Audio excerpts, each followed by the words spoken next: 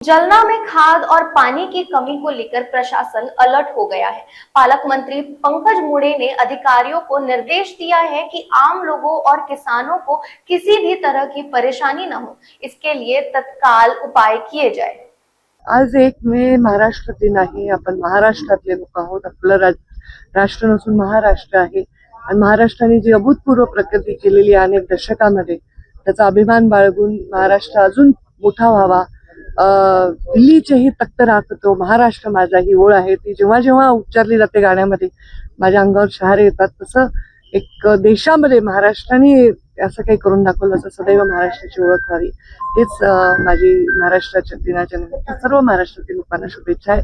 आज कामगार दिन आहे। कामगारांना सुद्धा मनापासून जिल्ह्याच्या पेरणीवर, खताच्या आवक जावकवर, बियाण्यांच्या आवक जावकवर या सगळ्यांवर मी पूर्णपणे काल विस्तृत बैठक घेतलेली आहे।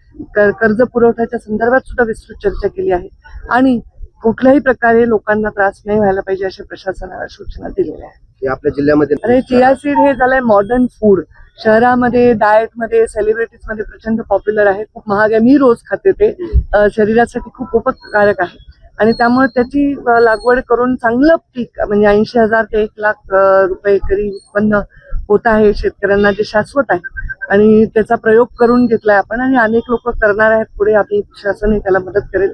त्याचं मार्केटिंग कसं करावं, ब्रँडिंग कसं करावं ह्याच्यावर सुद्धा भविष्यामध्ये आम्ही प्लॅनिंग करू जर त्याची लागवड चांगली झाली। जिल्ह्याला 45 वर्ष पूर्ण होत आहेत आज त्याच्यामुळे फेस्टिवल आहे, त्याला पण तुम्ही सगळेजण या। जिल्ह्याच्या जालना रायझिंग